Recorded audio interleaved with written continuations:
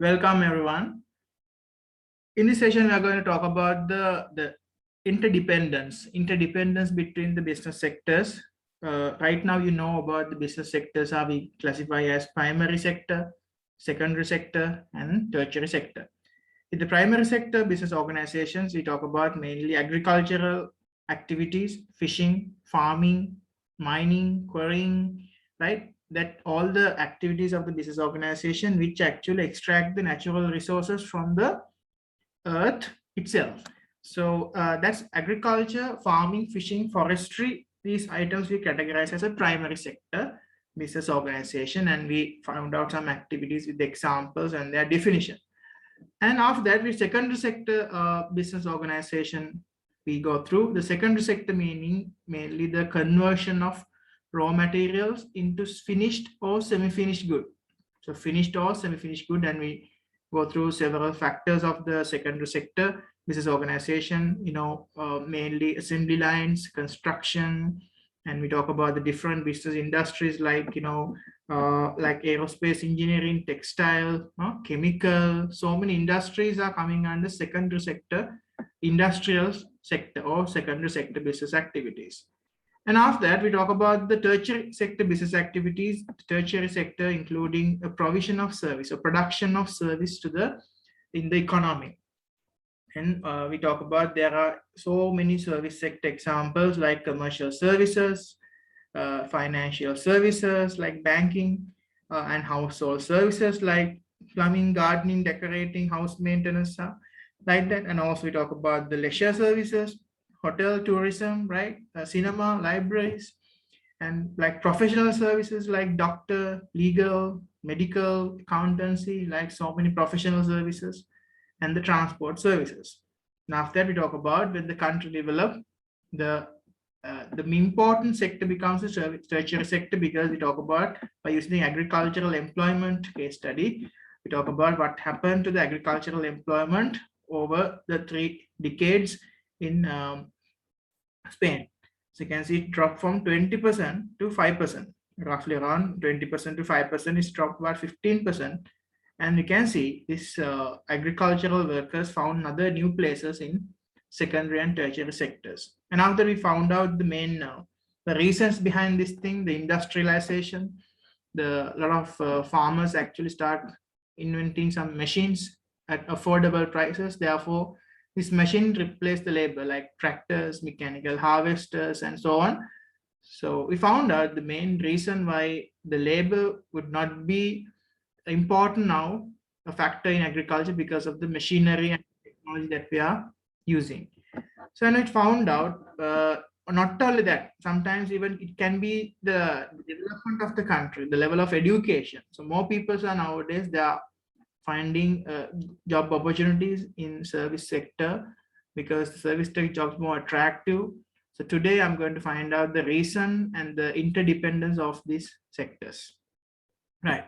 We talk about interdependence. I can get a small example like the interdependence means the collaboration, the connection between the primary, secondary, and tertiary business organizations. The interdependence always, the without primary sector, the secondary sector can't survive. And without secondary sector, tertiary sector also can't survive. It's like that, vice versa. Without tertiary sector, secondary sector also can't survive. Without secondary sector, primary sector also cannot survive, like that. So primary, secondary, and tertiary means it's like a 3 wheels in an engine. So, to run the vehicle, you have to, these 3 wheels simultaneously, you have to operate.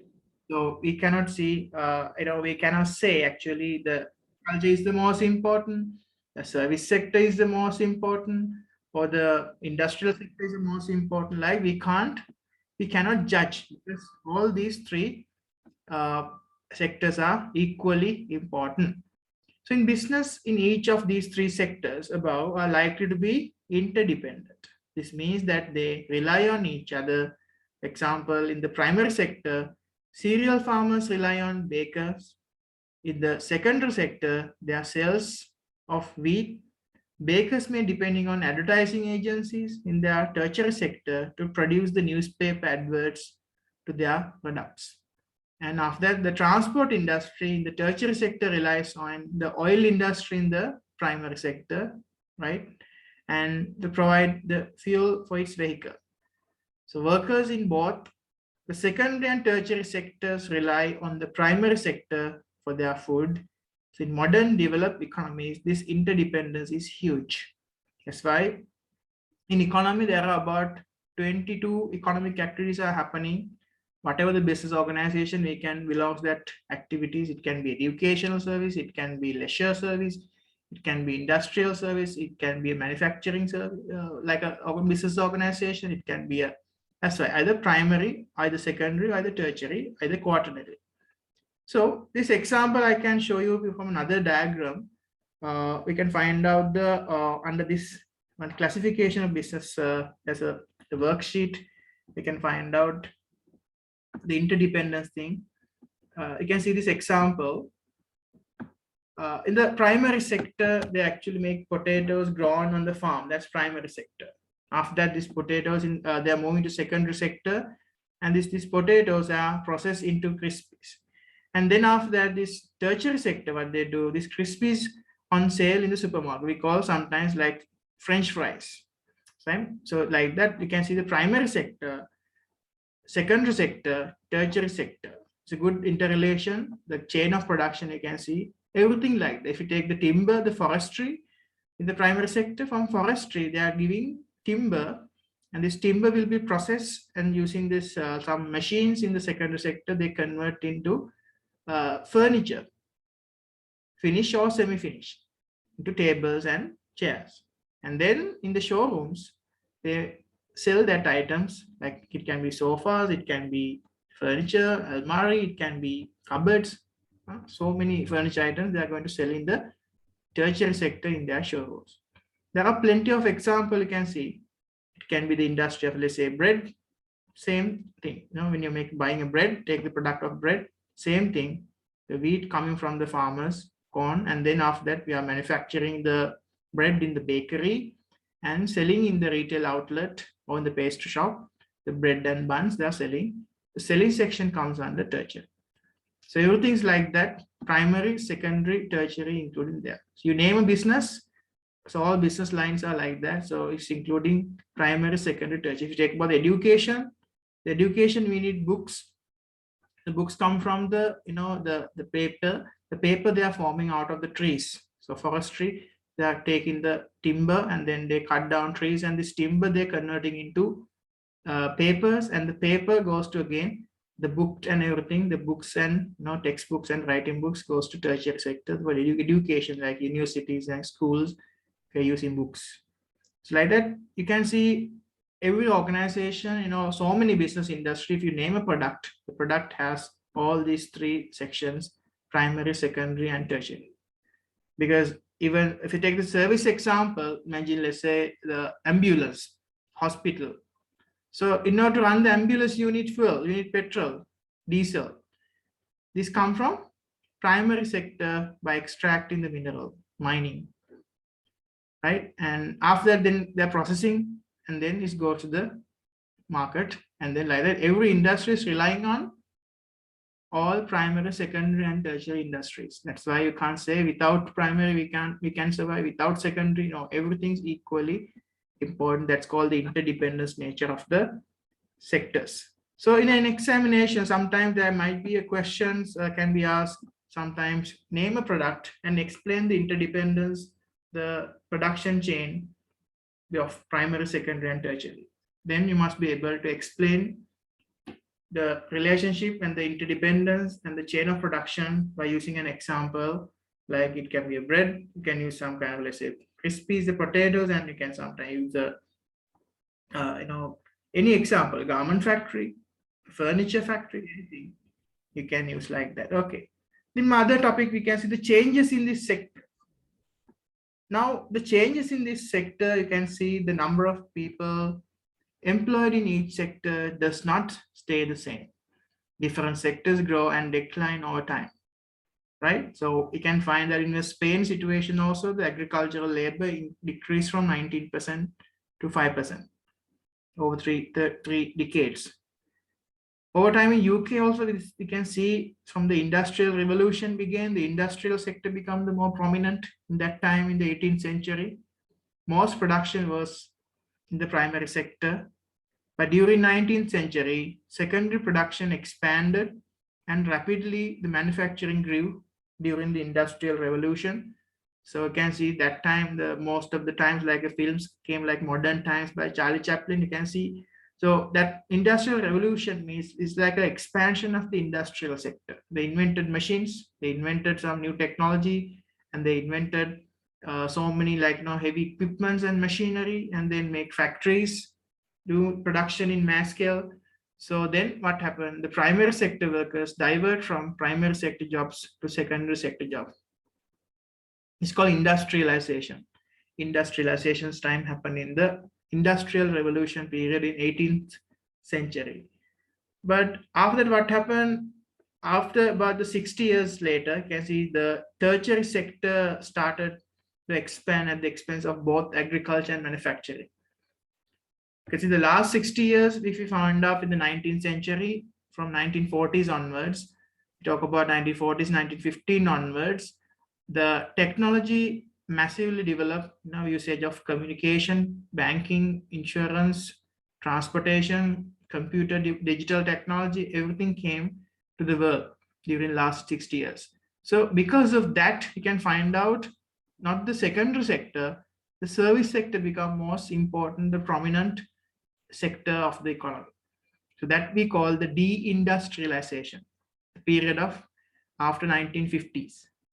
So you can find out if you talk about the timeline, you draw about the timeline, this industrialization happened in between the 1980s century. Talk about the timeline of these situations.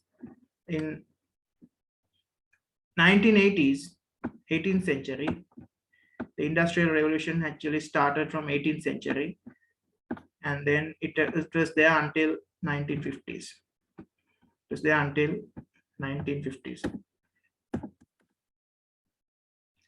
Then what happened now? This period we call the industrialized period. Most of the time, the secondary sector was the massive.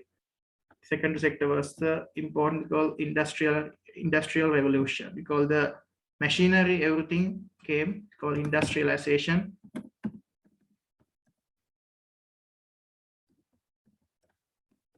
Industrialization period. So industrial revolution, everything came in 18th century, from the 1950s, in that time period, about 150 years it was there.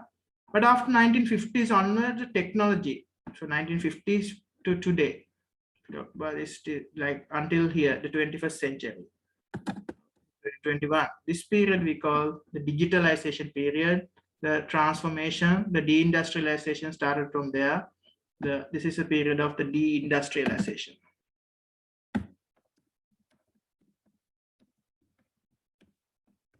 Deindustrialization period and the development of the tertiary sector. So this period, if you industrial period, the secondary sector is a prominent. Secondary sector is the best. Secondary sector is the important. The time period where a lot of people work in the secondary sector, in the factories, machines, a lot of vehicles they produce, like Ford company. They produce like a Ford T model and everything in the British vehicles, like American vehicles, German vehicles. And this period of 1950s, tertiary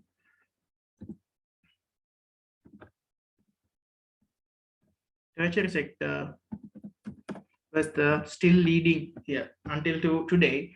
Tertiary sector becomes the most prominent. When we talk about this period, the service sector was very limited. Before 18th century, the primary sector was the number one. Every country, the agriculture, a lot of people are farmers. Agricultural activities is the best. Everyone doing agriculture activities, farming, fishing, agriculture, quarrying, because there the industrialization, the machinery technology was not there before 18th century. It was very limited. And after 18th century, there's a huge transformation period happened. We call the industrialization time period. Until 1950s, it was gone. So all the business organization, they do a rapid modification to their factories. They replace the labor from the machine, right? That period we call the industrial revolution. began in the 19th century. So after 1950s onward, like 60 years period, it's called tertiary sector started to expand. So this figure 7.2, you can understand this pie chart from 1950s to 2015. 2015 is like the latest time when this book printed. So you can see the 1950s situation before the tertiary sector expansion started, the end of the industrial revolution. You can see here, pink color show the primary sector workers, 24.6% working in the primary sector. This is employment by sector wise in Germany. So 24%, like around 25%, 1/4 of the population works in the primary sector, and massive 42.9% works in the secondary sector. You see, still we have still good reputation for German vehicles, German machines. The strength and the reliability, the durability of the German made machines are very high. And you can see the 32.5% of the workers are working in tertiary sector jobs such as driving, can be transport, communication, especially like a postal service was the mainly 1950s, right? And telephone sometimes was there, and no computer at that time. But tertiary sector was mainly the banking, insurance, transportation, warehousing, like very primary service sector organizations, and education also. But after 1950s, you can see this time period was very crucial time period. All new innovations like a computer. Now after like a 2000s, a millennium period, you can see last 15 years was very crucial with the development of the internet, WWW, World Wide Web created, and people start using email, online transaction, digitalization. So many, there's a development of technology heavily. So now industrialization gone. Now you can see the primary sector employment is only 1.5% in Germany right now. This is also like 6 years ago. I think now it will be very lower than this. And again, the blue color, the secondary sector, it was previously 42.9, gone down to 24.4, right? They reduced it to 42 to 24. Look at the other thing, most important thing happened. The tertiary sector, the service sector, it has grown from 32.5% to 74.1%. Which is, you can see that it was 1/3 in the economy before in Germany, 1950s, 1/3 of the economy, but it's become 3/4, 3/4, right? Almost 75%, right? 75% of the population working in the service sector businesses, service sector organizations. So it is very clear to identify that the situation of the changes in sectors. Even today also, as I mentioned, always, if I ask from you, what is the sector that you most likely to work in future, you might definitely say, okay, I would like to work in the tertiary sector, service sector. Or sometimes you might say a job that is related to service sector. You might like to be a doctor or engineer, lawyer, a businessman, pilot, right? A politician, it will be a lawyer. Several jobs you might mention, but all aforesaid jobs actually belongs to tertiary sector, because those are the most popular jobs. It's not only for your age, even when I'm small, right? Same thing. Everyone wants to work in the tertiary sector jobs, because no one told that I want to be a farmer, I want to be a mechanic, I want to be a carpenter. Nothing, because always the people's mindset was changed. Being a farmer to being a carpenter to being a mechanic was actually, they thought it's actually for the low educated people, and sometimes you can't earn a lot of money out of it. But if you check today, because of the shortage of labor in these industries, there's a huge demand coming from a lot of developed countries for workers who work in the primary sector jobs and tertiary secondary sector jobs. Some machines are some vacant. Sometimes there is no machine operators.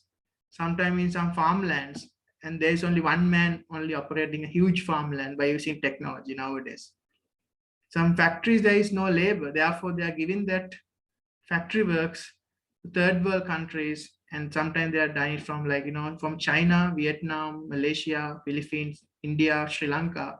Like that, they are giving their factory works like a garment factory works, it can be manufacturing, all the industrialized work to the other countries, like, as I told earlier, China and India. Because there's a population-wise, those countries still have a high population who are working in that factories, so it's very cheap. It's very cheaper to use those countries because the cost of labor is very low. And developed countries, the problem here now, because the very few people are working in those sectors. This will be in future, it will be more than this. If you talk about the USA and all that countries, the percentage wise, it was very, very low. It was 80%, sometimes 90% people are working in the tertiary sector.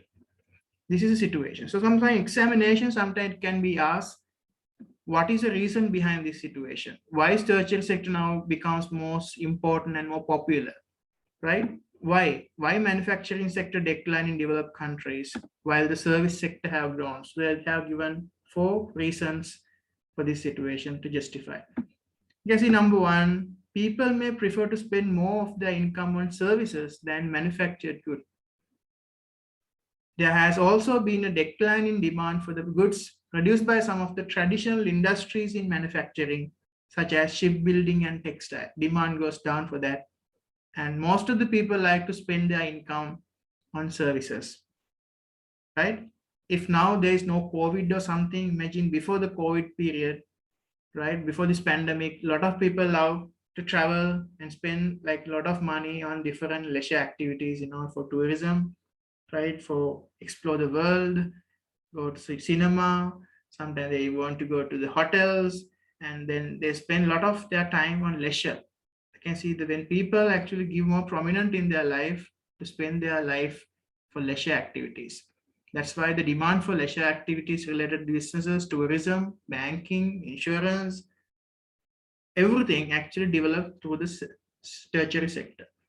Not like early days, most of the people, they don't want to spend more time on the farmlands and the factories. Instead of that, they want some kind of a short job, like 8 o'clock to 5 o'clock, work in the office with a stable income, with the stable family, and move on like that, your life. This is not an option. This is sometimes it's a compulsory thing for everyone. No one wants to take a risk by working in a primary sector as a farmer, because primary sector workers, they don't have enough, like income, and the income is not stable because it's depend on the natural resources and the supply, the factors of production, everything. If there's a good weather conditions, then you can get more harvest and then you can earn more income. And there's bad weather condition. If there's no rain, sometimes if there is no harvest, then you can't earn on money good from agriculture. Like that. So a lot of people, like farmers, fishermen, a lot of people actually, because of this difficulty, they actually drop from this employment and they're joining tertiary sector jobs even today. You can see, yes, I can see some of you suggesting because of even education system also, a lot of people can earn more money. I totally agree with that. Education also developed. If you compare the education system from 1950 to 2015, during this 60 years period, you can see education drastically developed. University education and high school education become compulsory. So most of the people with that high education qualification, they are exactly joining to the tertiary sector jobs. They are not thinking about joining to agriculture or primary sector or secondary sector jobs. That's a valid reason. And also second reason, there is a fierce competition in the production of manufactured goods from developing countries such as India, China, and Brazil. If you talk about the perspective of developed countries like Germany and UK, so those people thinking that we should give these opportunities for the developing countries, third world countries, or the people who want, a lot of people who are working right now, emerging countries like China and India, Brazil. So we have these emerging countries, we have a code also. We call it BRICS nation. So BRICS stand for BRICS, called BRICS, BRICS. B stands for Brazil, R stands for Russia, I stand for India, C stand for China, S stand for South Africa. These countries are the emerging countries now. Most of the developing, nations, like mainly come up, emerging right now with the industrialization. Because population wide also you can see high numbers, you can see especially India, China. So a lot of developed countries, USA, Germany, European countries, they are giving their orders because of the competition coming from these countries is very high competition. So therefore, and the cheap labor also we have, so we can get it done. All the developed countries, they are giving their orders, like textile orders. It can be all the industrial items, like mainly the textile, the porcelain, the jewelry, gem, everything they're importing from these countries. Sometimes even agricultural items, right? China and India, they're exporting so much of agriculture, right? So even South Africa, I can see Brazil, right? World's largest, sugar exporter in the world, right? South Africa also, so many mining industries are, agricultural works are going on, like gold and so many chemicals and metals. Like that, you can find out these emerging countries becoming a very good threat for the developed countries. So they thought actually we should give that opportunities of the industrial works to developing countries. The third reason was, as country develop, the public sector grow. Since the public sector mainly provides services, this adds to the growth of the tertiary sector. Public sector means the government. When the government grows, you can see the budget of the USA, the trillions of money they are spending, the activities which are like space exploration, like so many research and development, NASA, everything. So the government, the public can spend more money. So that also added some part for the value addition to the tertiary sector. The government becomes stronger. And finally, the advance in technology means the employment in manufacturing falls because machine replace people. Machine replace people. A lot of advanced technology came, like robotics. So factories, even Toyota, you can see right now, they're using robo arms for certain things, so manufacturing vehicles and everything, spray painting works, everything which is actually used to do done by labor, physical labor, now replaced from robo arms, robotics. I'm just taking Toyota as example. It is common in most of the industries. Robotics they are using, computer programs they are using, automatic machines, production conveyor belts are using. So only we need few laborers to operate and check all that things. Even you can see the Amazon. So things like that. They are heavy machinery are using technology. It's a heaven for barcodes. So like that, this is the main four reasons they find out the reason behind this de-industrialization and growth of the tertiary sector. So sometimes definitions can be asked, what is de-industrialization and what are the reasons for the de-industrialization, right? Okay, the other one you can see, this is the my interdependence and changes in sectors. I think you can get a very good idea on what happened in the tertiary sector, what happened to the industrial, the secondary sector, and what happened to the primary sector. In today's world, in summary, you can see the most important is now tertiary sector. But you have to clearly identify, without primary sector, without secondary sector, even tertiary sector cannot survive. That's why this is a dangerous situation, because a lot of people can't realize this. Easily they everyone working in the tertiary sector, but one day there will be a problem. There will be no one who works in the primary sector. There'll be no fishermen, there'll be no farmers, there'll be no vegetables, there will be no fruits for us.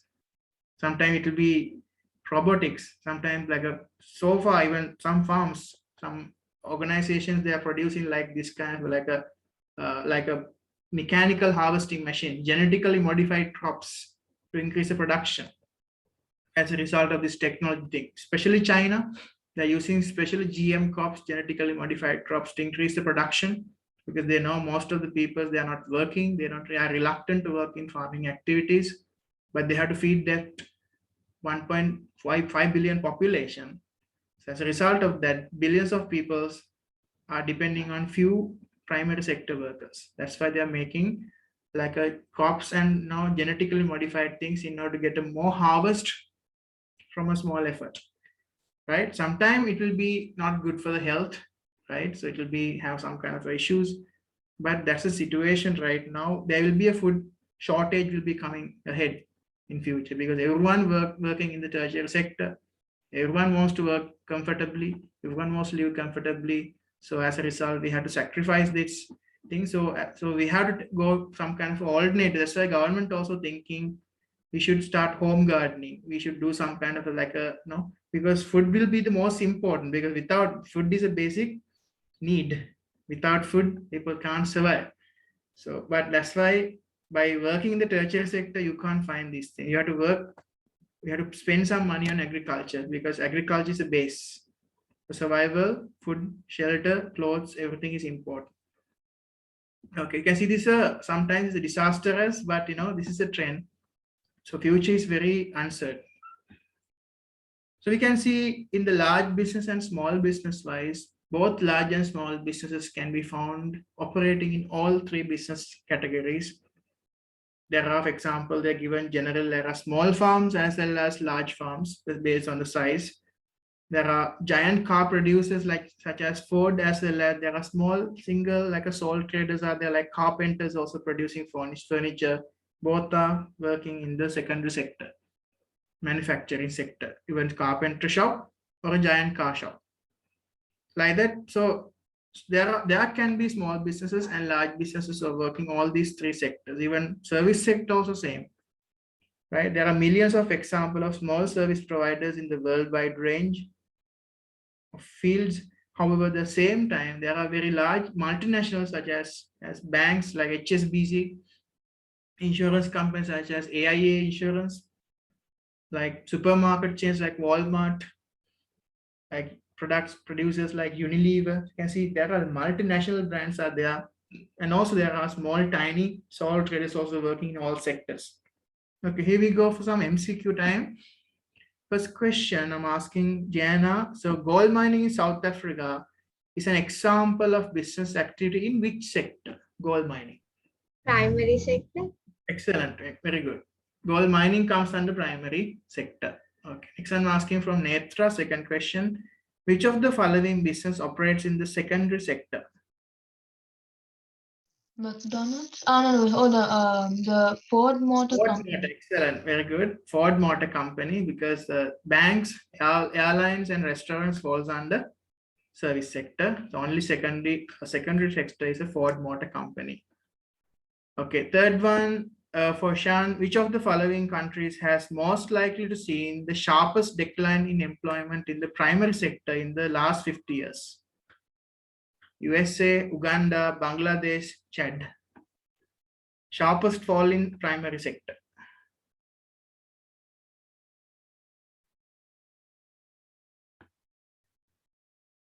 Pretty easy question, right? Sharpest fall in primary sector we can see in which country? So I can see, yeah, your answer is coming from chat line.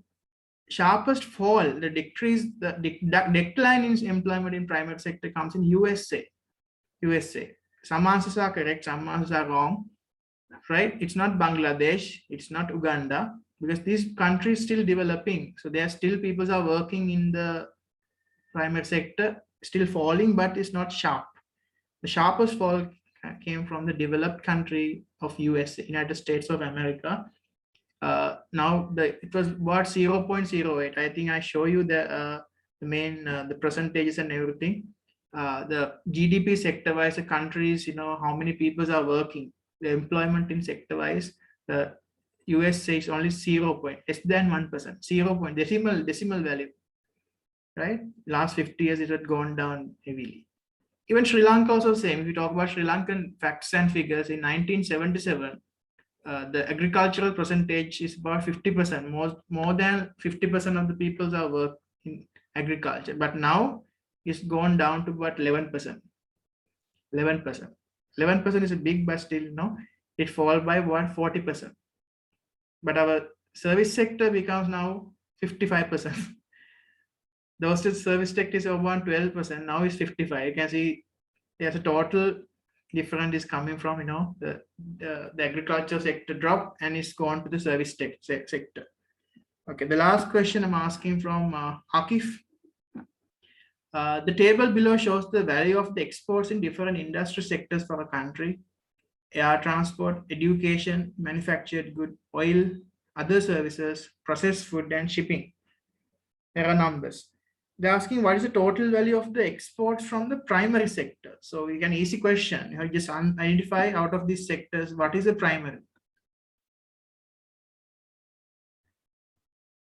Air transport is service, tertiary sector. Education is tertiary sector. Manufactured goods, secondary sector. Oil, primary. Other services, tertiary. Processed food, it's secondary sector. Shipping comes under tertiary sector. So only primary sector is what? Yes, I can see some answers. Yeah, your answer is correct. The answer is only primary sector is oil, 1,300. Answer is B. Answer is B. Like that, there can be some this kind of a calculation questions also there in some past papers. Sometimes we have to add them up. Sometimes we can ask what's the total of tertiary sector value. Then you have to add all the tertiary sector answers and you have to say what's the total value of the tertiary sector. There are some small this kind of a calculations can be there in the past papers, right? Okay, the next one is a chapter review case study. Hisense case study. It's a very good case study in China. So I asked to read this question. Okay, Yichen, Mark, can you read that part? So which one? First paragraph, China. Oh, China is well known for its manufacturing Capabilities. Capabilities. The country has many thousands of manufactories that makes a wide range of goods, which are sold all over the world. China has enjoyed a competitive edge. Competitive edge in manufacturing in the last 30 years. I think if you are talking about your country, Yichen, so it's normally that's why it's okay, it's totally okay. Because let's say this country, you can see it was I think manufacturing wise the development because of these items, you can see whatever the item they produce it at very low cost. So it was that's a competitive advantage. Because of that, you can see the manufacturing in the last 30 years or so owing its cheap and large supply of labor, right? However, the producers in other parts of the world are now taking a market share away from China as wages in the country are starting to rise, right? We can always saying that China has the cheapest labor, but now it's not like that because the China now wage rate increasing, start rising. So now the manufacturers are moving away from China, the market share away from China, that now they are, I think, targeting the Vietnam. So Vietnam sometimes called the darling of Asia. There's sometimes the nickname for Vietnam, they call the darling of Asia because the Vietnam becomes the next best destination other than China. China we call factory of Asia, and the Vietnam we call darling of Asia, like that, because now Vietnam actually becomes more popular for a lot of manufacturers. The cost of labor is very low than China. And also the other significantly, even African countries also becomes more popular among some industrial like garment factories and all, like especially the Ethiopia, Somalia, those nations actually people were thought that these was actually normally like third world and very difficult countries. Now they are taking the advantage. These countries has population and a lot of manufacturing corporations are moving now to those target countries in order to get the advantage of that cheap labor. One very large Chinese manufacturer is a state-owned business called Hisense. Sometimes you might recognize this one. Hisense television is very popular, even in Sri Lanka. It makes white goods such as refrigerators and washing machines. Now, what is white good? White goods means especially a business term for electronic goods. We call white goods, right? And as well as electrical goods and televisions, laptops and mobile phones. Yeah, there are Hisense washing machines, Hisense refrigerators, Hisense air conditions, Hisense TV, laptops, mobile phones, and many other related products. Hisense has a large number of factories in both China and overseas. However, Hisense also provides a range of services such as product design, information technology services, and property management. Hisense has recently opened 2 new research and development centers to help speed up the product development. So they have R&D also, research and development also, in order to speed up the product development. In common with many other countries in the world, the pattern of business has changed in China over time. So figure 7.3 shows the proportion of you can see the number of amount of considered in relation to whole. You can see China employment across the primary, secondary, and tertiary from 1990s to 2050. This is all about like about 20 years time. So we can see the 1990s, the primary sector, the purple sector, you can see that it was 60%, very strong, 1990s. But in 2015, the percentage of primary sector gone down by half, more than half.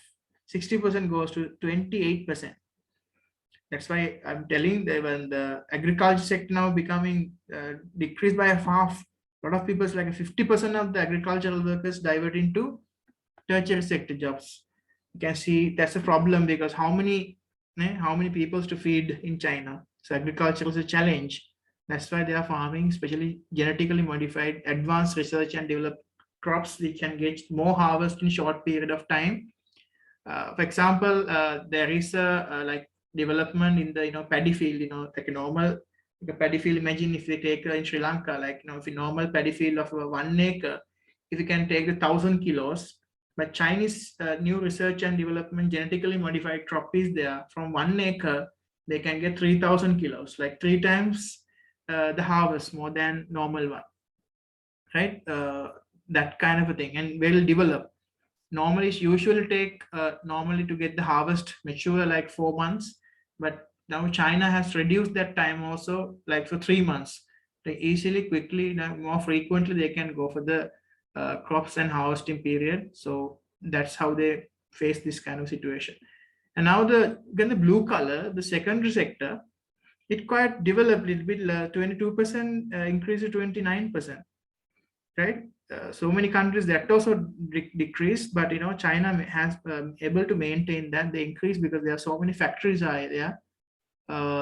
Because before the pandemic time, if you go through like the China, they have some problem of the even the dark air, like the air was not that much pure in the city of Shanghai, because so many factories actually, a lot of smoke gases are coming out, and in the daytime also it looks very dark because the carbon emission was very high. So people anyway those days also they used to wear mask and everything when they're traveling, when they're walking in the streets, and they have to sometimes import fresh air. So even every business, every building, they have to switch on the air condition. If they open the windows and everything, always the dark, the smoke gas will come, and then it will be like not good for breathing. So, but now after the pandemic, because the factory, the production stopped and they locked down, but now you can see the clear sky in the Shanghai and main cities of China. That is a good thing happened to the China from the pandemic, like the air pollution has gone down. But you can see that's a industrialization was increased. The very good evidence we can find there, 20% to 29%. On the other hand, look at the significant change. The tertiary sector, 18% increased to 42%. So like more than double. Double of 18 is 36, but this is 42%. That is over. This is three times. I think almost 3 times, 300% increase in the tertiary sector. So they're asking a few questions. 5 questions. What is the difference between secondary and tertiary production? Use example from the case. We have just defined here. I'll explain briefly, and after we'll move on to the proper marking scheme answer. So what is the difference between secondary, tertiary? This kind of a question, you have to give the proper definition of the primary and secondary and tertiary definition. Secondary is the conversion of raw materials for finished and semi-finished good. And then tertiary means provision of services. You have to use, in this case, Hisense, right? Manufacturing television, washing machines, that's secondary sector. whereas selling location, R&D, research and development, right, scientific, this one that comes under tertiary sector production. And second question asking, by looking at this figure, what evidence is there to suggest that China's economy has become more balanced in 1990s? Some people can argue it's balanced economy. Why? Agriculture 60% and 22%, 18%. It's like, that's why a lot of people, they say agriculture should be stronger. It says China has become more balanced since 1990s, and like the development of the country is, we can identify a lot of people now working in the tertiary sector, the development of education, development of the transportation, banking, international market, we can visible here. So we can, that's the main development happen in the balanced economy. We can find out now, because everything 2015 situation, I call it balanced. Balance. It's not 42% service sector, that is okay, but we can see very balanced economy by primary sector also about 28, almost 30%. Tertiary sector, only the development 42%, but you can see the industrial sector also about almost 30%. So which means it balanced economy, like it's like usually it looks like almost equal percentages are there, like a 30, 30, 30 like that, but majority is coming from the this one. But I call it a balanced situation because by looking at the chart, you can see it is not imbalanced like 1990s. Here, like a 60% goes to the slice goes to primary sector, but here it looks like more balanced. And the next question asking, third one, discuss the interdependence that exists between different sectors of the business activity. Yes, this case we have to take some example from the case study, and we have to give the interdependence. And fourth question asking, what is meant by de-industrialization? So this should be a defined question. For 1 mark, I can ask, define the term de-industrialization. And fifth question is assess the main causes of de-industrialization. So I can ask this question, analyze 2 causes for de-industrialization for 6 mark question. So now I'll show you the proper answers for these questions. You can see the difference between secondary and tertiary. You can see the answers. Secondary sector involves manufacturing and processing and raw materials. So you can be in this case, this is application. When you're writing, use this word always. In this case, link the case study. Give the definition. In this case, Hisense is a manufacturer of white goods and range of electronic products. This makes these goods in a wide range of factories in both China and abroad. Tertiary sector is do with the provision of services. And look at this. In this case, here again, this word, in this case, Hisense has branched into the provision of services in areas such as IT, information technology, design, and services. Right? And look at the thing, China's economy balanced. This, by looking at the chart, you can see the balanced economy from 1990 to 2015. In 1990, China employed 60% of its workforce in agriculture. By 2015, it had fallen to 28.3%. This is a very good question to show that how to use the years, how to use the numbers, right? Using a database questions are there, like a chart-based, pie chart, can be bar chart. So in contrast, right? This is how you have to analyze your questions properly. Like, when you're using a number, how to use the numbers and years. Number of people employed in tertiary sector rose from 18% to 42%. Secondary sector grew from 22 to 29%. These have changed, resulted in a more balanced economy. For China, it was less dependent on agriculture in 2015 as it was in 1990. However, the changes follow the same trend. The China's economy may become more unbalanced in the future as it becomes more dependent on services. Get the next question. They're asking the discussion question, interdependence case study. So this will be a 6 mark question. Analyze the interdependence between the sectors. Gianna, can you read this answer? The third one, sir. Yes. Discuss the businesses in each of the 3 sectors rely on each other. For example, in the primary sector, cereal farmers rely on bakers in the secondary sector for their sales of wheat. Bakers may depend on advertising agencies in the tertiary sector to produce television adverts for their products. Shall I keep going, sir? Yeah.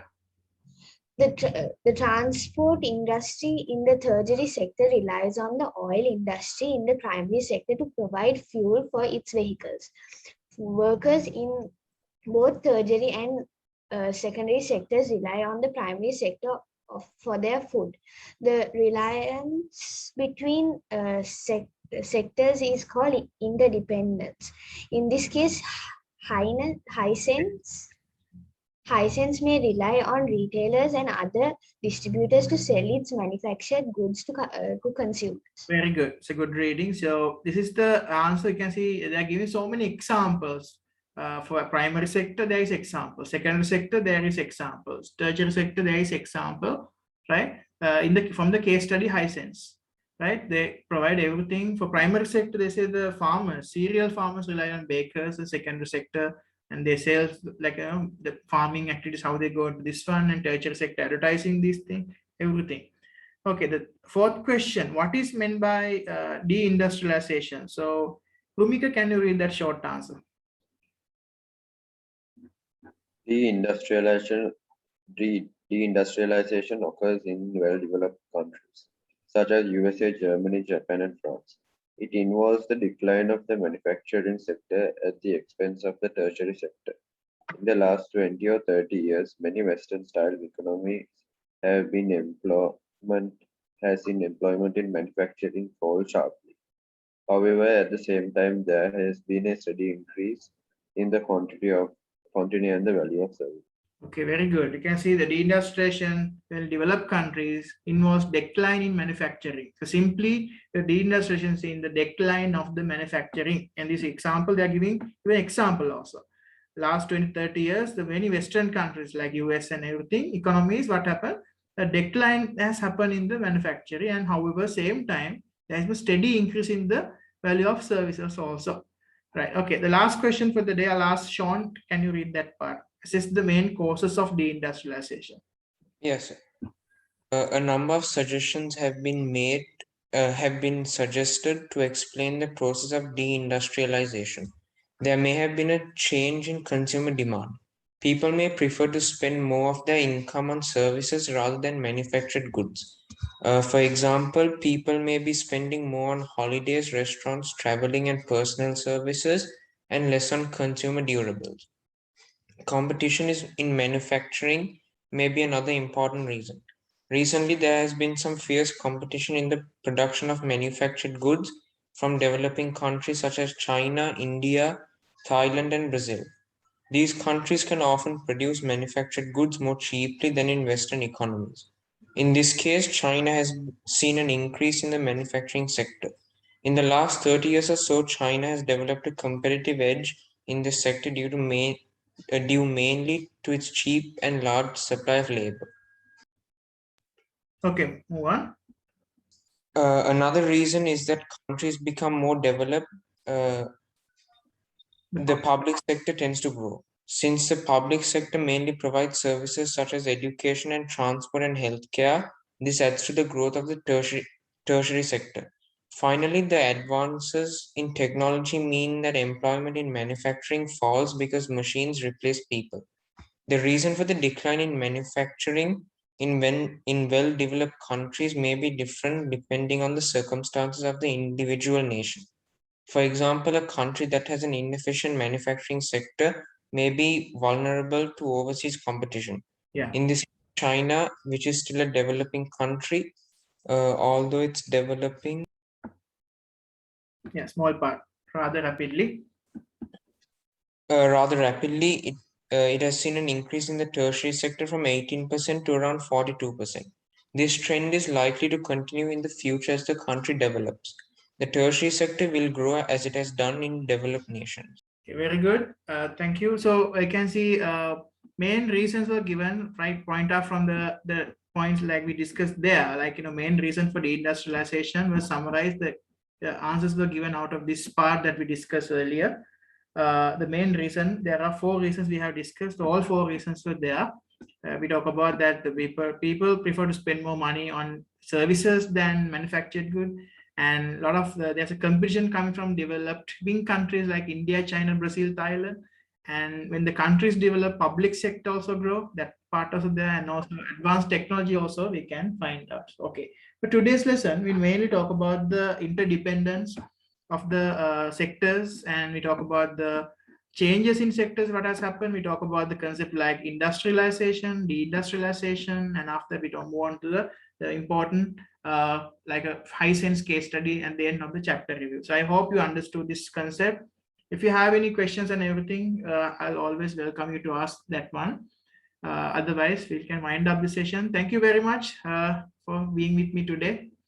Have a nice day for everyone. Thank you. Bye. Bye, sir. Thank you. Yes, sir. Yes, sir.